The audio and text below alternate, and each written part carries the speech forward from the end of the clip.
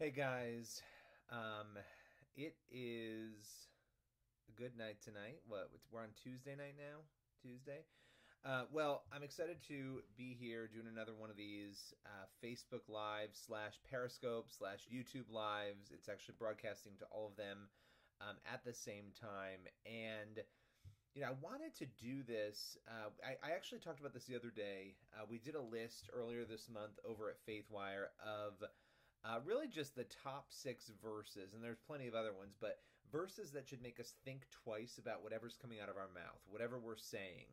And I wanted to kind of do another discussion and recap these verses again because I think it's so important. I think people like me, and I'm one of those people who I have not always been careful with my words, right? I would say things to be funny. I would kind of extend the limits on the things I would say. I didn't have a filter as much. And so it's something I've really been working on in my life because, look, our words carry a lot of weight. And I think there are plenty of things in my life that people have said and done to me that have crossed boundaries, that have hurt, right?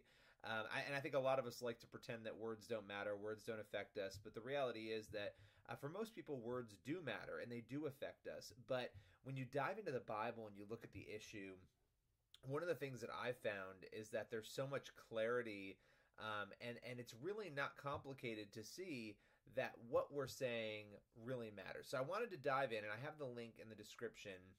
So you can go to the story, and the title of the story is Six Bible Verses That Should Make Us Think Twice About Everything That Comes Out of Our Mouths. Now, I just wanted to recap, again, some of these verses because I think it's so important. The first verse is James 3:3-6, and that verse goes as follows. When we put bits into the mouths of horses to make them obey us, we can turn the whole animal. Or take ships as an example. Although they are so large and are driven by strong winds, they are steered by a very small rudder wherever the pilot wants to go. Likewise, the tongue is a small part of the body, but it makes great boasts. Consider what a great forest is set on fire by a small spark.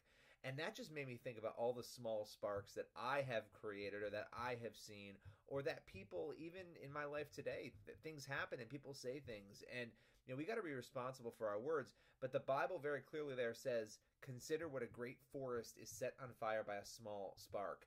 The tongue also is a fire, a world of evil among the parts of the body. It corrupts the whole body, sets the whole course of one's life on fire, and is itself set on fire by hell. And that verse in James 3, those verses are crazy because they, not in a bad way, in a good way, they intensify as they're going, as it's talking about this small organ that creates so much chaos. It just gets more and more intense, and it ends on that it's set on fire by hell. And I don't know. I look at social media. We covered a story today at FaithWire about a girl who had a same-sex attraction, who had said that she had overcome that through her faith, and people just have freaked out over this story. And there have been threats that have been going at the organization that produced the video. People have been threatening them, and I just think we live in this realm where all of the tools we have cause us to be impulsive and to just say things, to type things. And I think on Twitter we especially can hide. Not everybody on Twitter is putting their real name out there. And it does real damage when we go after people, when we're not careful with our words, when we're not honoring not only ourselves but other people. But I wanted to just point out one other thing about this. I thought it was really interesting because we talk about words hurting other people, which I was just mentioning before, and we know we've felt words that have all hurt us.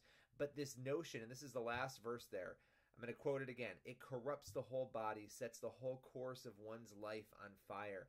It's not just about the person you're going after. It's about you. It's about what your tongue does to you internally as a person. And I think that's really powerful. And it's not something that I've thought of often when it comes to this topic, when it comes to this issue of our speech. So, not just about other people, about us as well. So the second verse, 1 Peter 3:10. Whoever would love life and see good days must keep their tongue from evil and their lips from deceitful speech. I think we're living in the fake news era, the Trump era. I don't care what side you're on politically. There's a lot of stuff that's been out there that hasn't been accurate, that hasn't been true. And I think that sets a tone. I think culture has set a tone. We're very confused about what truth is. But when it comes to what's supposed to be coming out of our mouths, we're supposed to be speaking truth, and we're supposed to be keeping our tongue from evil. So in a lot of ways, it's a very much simpler verse than in James, but I think it's getting to the same issue, right? Truth is important. Keeping evil out of our mouths is also important. Then we have the third verse, which is Ephesians 4:29. And this is a little different. This is talking about the tone and the contents of what's coming out of our mouth. Do not let any unwholesome talk come out of your mouths, but only what is helpful for building others up according to their needs, that it may benefit those who listen. I like being funny. I think it's great to use comedy, but I also think it's really easy to, this word unwholesome, it's easy to get dirty, to say things that are inappropriate to be funny. I think it's easy to fall into that trap. I also think there are lots of other ways that unwholesome speech can come out of our mouths. But, if you're a Christian or if you care about what the Bible says, it's pretty clear that we're supposed to be watching ourselves from that sort of rhetoric, from those sorts of things coming out of our mouths. The fourth verse is Matthew 15:11. And again, this kind of doubles down on what we've been talking about. This says, what goes into someone's mouth does not defile them, but what comes out of their mouth, that is what defiles them. And again, speaking about the impact that our words have on us, not just on other people. How do our words impact us? And really this notion of defiling us, making us dirty, making us, not good, and that what we're putting out really matters. It's a reflection of us, and it's a reflection of what's in our hearts. And that's convicting to me. I know it's convicting to a lot of other people. The fifth verse in this list, and again, you can access, there's a link in the description, but this is a story we did over at FaithWire. The fifth verse is Proverbs 21:23. Those who guard their mouths and their tongues keep themselves from calamity.